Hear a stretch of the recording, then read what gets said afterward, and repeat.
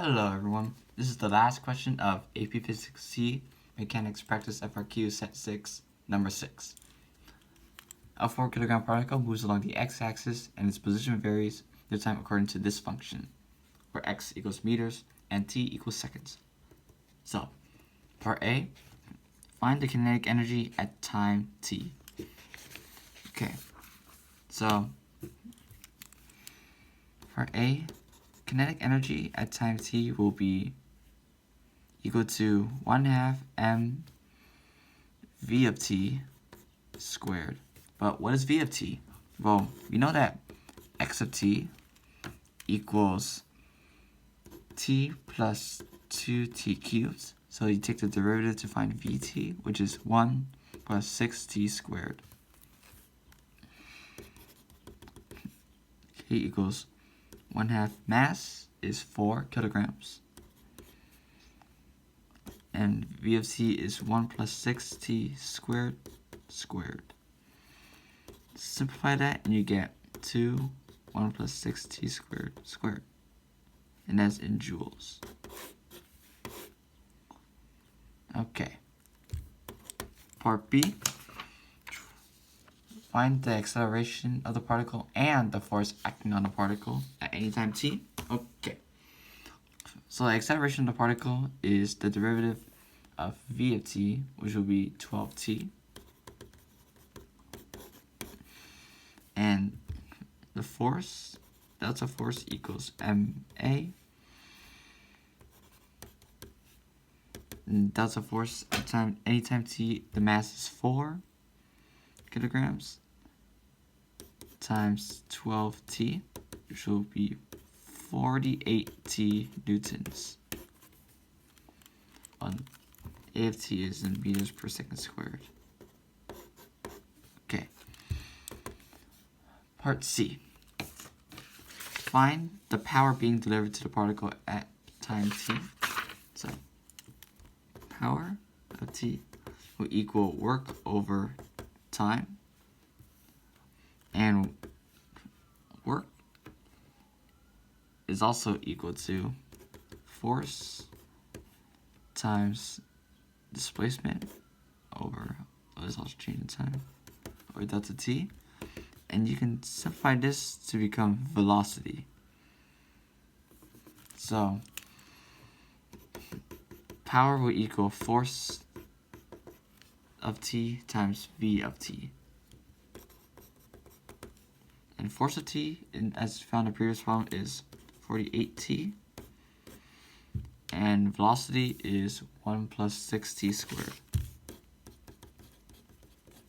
Okay? And you can multiply 48t into the parentheses, and you get 48t plus 288t to the third.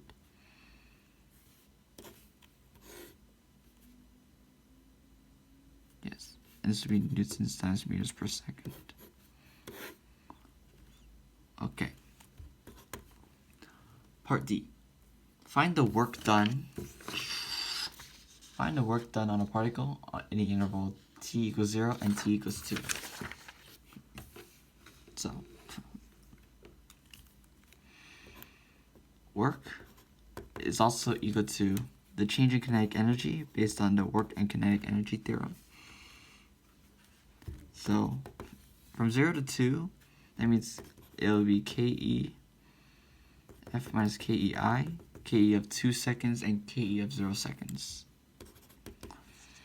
So 1/2 m, this will be v of 2 squared minus 1/2 m v of 0 squared.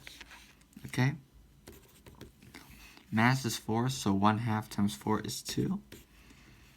And v is 1 plus 6 times 2 squared minus 2, 1 plus 6, 0 squared.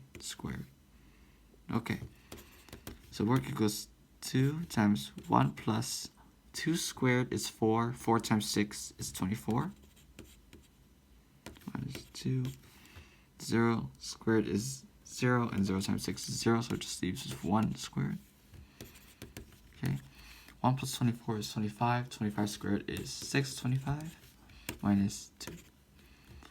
And then work equals 2 times 165 is 1250 minus 2 equals 1248 joules.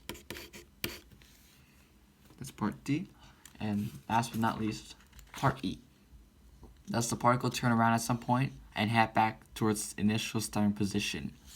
So basically it's asking whether the velocity changes signs from either positive to negative or negative to positive.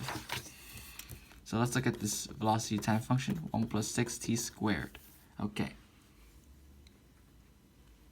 So no matter what t you put in, positive or negative, it will come out to a positive because anything squared becomes a positive. Which means v of t will always be positive for all time t. You can also graph it to check it out. As you can see here, the lowest velocity can be is at time 0, where velocity equals 1, and it never goes negative. Which means v of t, the particle never changes direction. Okay, you get the point. And that is all 6 questions for FRQ Set 6. I'll see you in FRQ Set 7.